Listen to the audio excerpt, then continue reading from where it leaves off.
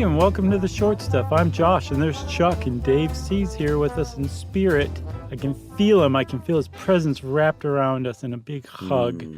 And that means, of course, that this is Short Stuff, a very loving, harmonious episode about disemboweling, being beheaded, and having your innards burned in front of your very eyes.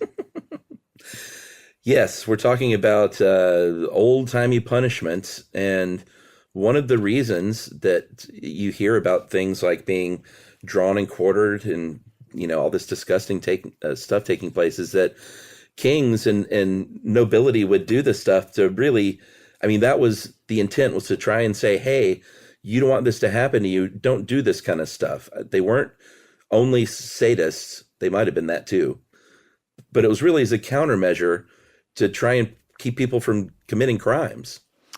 Well, yeah, it was like basically saying like, this is what happens if you mess with me, the king. It just shows like not everybody can do that. Even historically speaking, not everybody can order somebody to do that to another human being and get away with it. And that's kind of what the monarch was showing. Like, this is what happens. And so it was reserved for the worst possible crimes you can think of, which was the crime against the monarchy, like treason, right.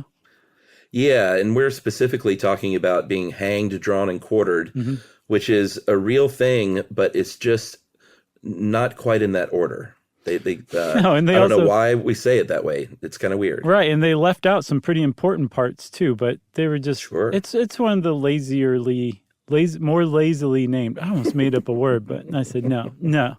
It was one of the more lazily named punishments. But it started out in the 13th century, the 1200s. I think the first person was a pirate who we'll talk about by the last name of Maurice.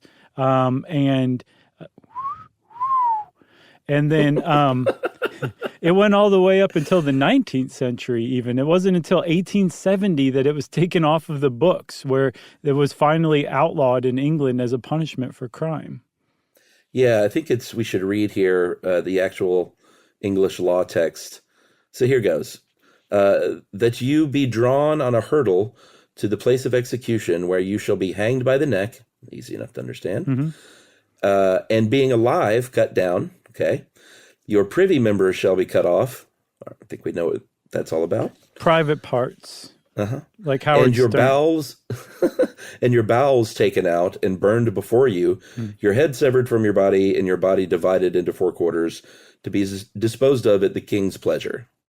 Which, I mean, there it is. Yeah, astoundingly, you can still kind of get what they're saying in a lot of ways, but we'll explain it just to be a little more graphic.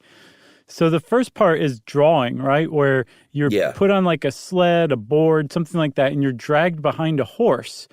And typically you were dragged in London from Newgate Prison to the execution grounds in a place called Tyburn, which now that I am aware of this, I want to go tour Tyburn next time we're in London. I'll bet they have some pretty gruesome, like, guided tours, Yeah, and when you say dragged on a sled, it's not like fun Santa sleigh style. Right. Or snow day style. Or Indiana Jones style.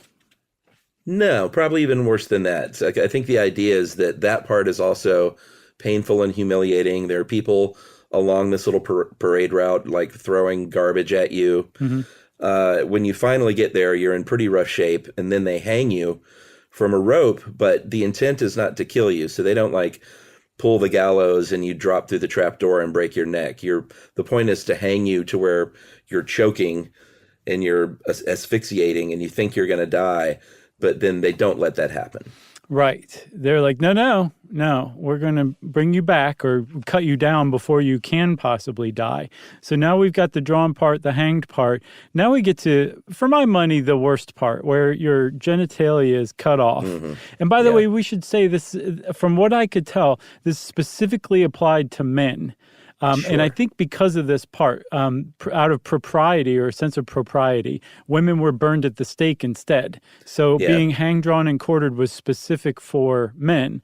But they would cut off your junk. and they would burn it in the fire in front of you. So by this time, I mean, you could possibly bleed to death from that, but you probably... But you're seeing this happen. Yeah, you were around long enough, I would guess, to watch your junk burn up in front of you.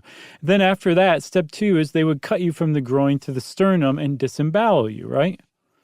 Yeah, I mean, who knows how long you live? I know we did an actual episode, one of our early ones that before they were even like 10 minutes long, kind of like these, except not as good. How long you lived when your head was cut off? No, that was a long episode. I think it was like a good 40 minutes. Oh, I don't think it was nearly that long. I'll bet you $5 it was 40 minutes. I bet it wasn't over 30. Okay, $5. All right, we'll look it up. Okay. Where was I? Oh, yeah. So we don't know how long you live when you are disemboweled like that, but I would imagine that you bleed out pretty quickly, but you still might see like your guts spill out. Which, I mean, like we're really kind of like hitting that part right there, Chuck, that like you're seeing this. And I think it's because if you just take half of a second and put yourself into the position of somebody who this is being done to, like seeing your body parts being tossed in a fire in front of you when you know they're supposed to be like in your body or attached to your body still, the psychological impact of that has to compound the pain exponentially too. It's a really mean thing to do on top of everything else. And also, just to drive this home really quick too, there are a lot of people standing around, chanting for your death, yelling at you, maybe throwing garbage at you while this is going on too. So they're also, your townsfolk are being mean to you too. That's right. So let's take a break. Mm-hmm. We've covered drawn and hanged and what do you even call that last part? Disemboweled, and we'll cover scattered, smothered, and covered right after this.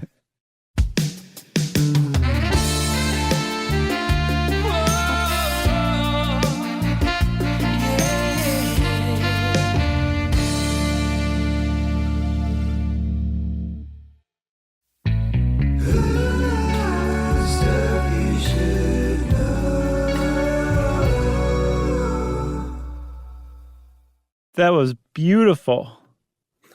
Thank you. Nice work. So we're getting to the scattered, smothered, and covered part. And don't forget chunked. And topped. I think that's the final. I think there's one more. I think after topped even? Yeah, there's something with chilies. Like I think chili is topped. Oh, is it? I thought that... No. Chili. There's also like jalapenos I think you can get on it. Oh.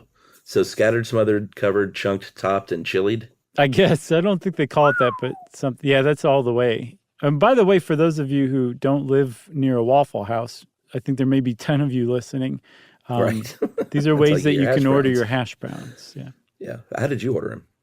Scattered, smothered, and covered. And then I would get chunked, but I don't eat pork anymore because pigs are way too smart to eat. So no more chunked? No more chunked, which is unfortunate because pigs are also far and away the most delicious animal we have domesticated. But yeah. Good for you for taking a stand anyway. So scattered, which means that it's not in a hockey puck. Smothered, which means it has sauteed onions in with it. And covered, where they put a slice of non-cheese cheese on it. Right. What about you? I'm ashamed to admit that I was a very boring person. I just liked my hash browns. Like plain. I would get a double order. Okay. And that was it. I would just get a double order of hash browns. Wait a minute.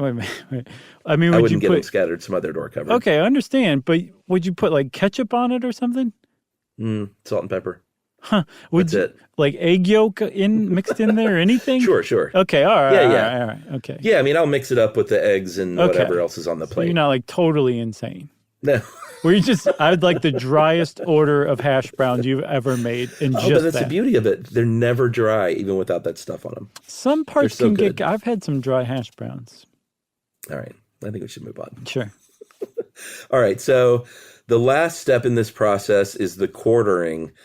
And this involves, kind of what it sounds like. They would, I don't think we mentioned before, after you got disemboweled, they would cut the heart out, throw that in the fire. Mm-hmm. You're almost certainly dead after that. Your head comes off during this last process. It just falls off. Yeah, just from the horror. And then finally, you are genuinely quartered, as in your arms and legs are cut off. They boil those in some spices to make the flesh last as long as possible because your body parts are going on tour. That's right. So you're being sent, like parts of you are being sent to different like nearby areas that is under the king's control to basically say like, hey, this is what happens to traitors. This is the leg of this guy who's drawn and quartered. You all know what hang, drawn, and quartered is, and look at this. This is the result of that. So don't try anything against the king. That's kind of what the point was. I didn't see anything about the torso, because there would be some torso left over. But it just seemed like they would cut their arms and legs off, and that was the quartered part. But that also makes it confusing with another form of torture and sometimes capital punishment, which was being quartered, right, by horses, which is a totally different thing that England didn't even do. Yeah, that was, you've heard about when you have, like, each limb is tied to a different horse, and then they them in the different directions. But apparently didn't happen in England. Apparently might have probably happened in France under King Henry the Fourth after an assassination attempt. And then the first person to be hanged, drawn, and quartered you mentioned was the pirate Maurice, because he spoke of the Pompousness of love. That's right. That was back in 1241, right? That's right. And then, of course, William Wallace, the Scottish rebel, he was drawn and quartered as depicted in the Mel Gibson snuff film Braveheart. And then another very famous person who was sentenced to be hanged, drawn, and quartered was Guy Fawkes, the Catholic revolutionary who was trying to blow up Parliament. But he escaped the worst of it because he was clever enough to jump down from the gallows head first and break his own neck.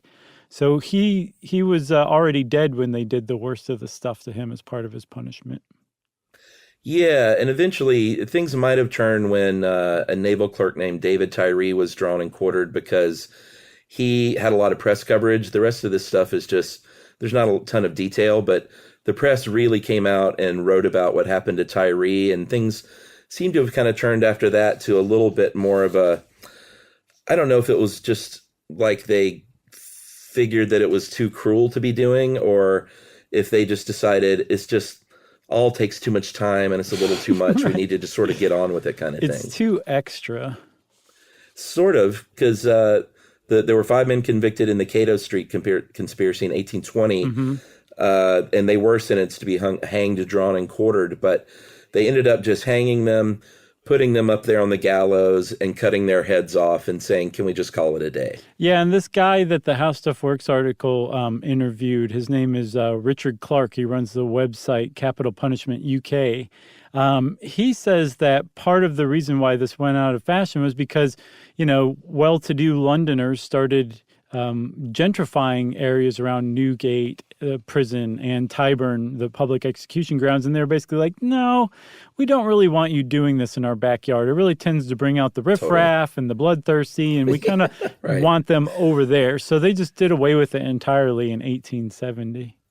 Yeah, and that was it. That was it for being hanged, drawn, and quartered. Humanity took one small step forward toward progressing to its ideal form. And that's it for short stuff, right? What? Does that mean we're out? Okay. Stuff You Should Know is a production of iHeartRadio. For more podcasts from iHeartRadio, visit the iHeartRadio app, Apple Podcasts, or wherever you listen to your favorite shows.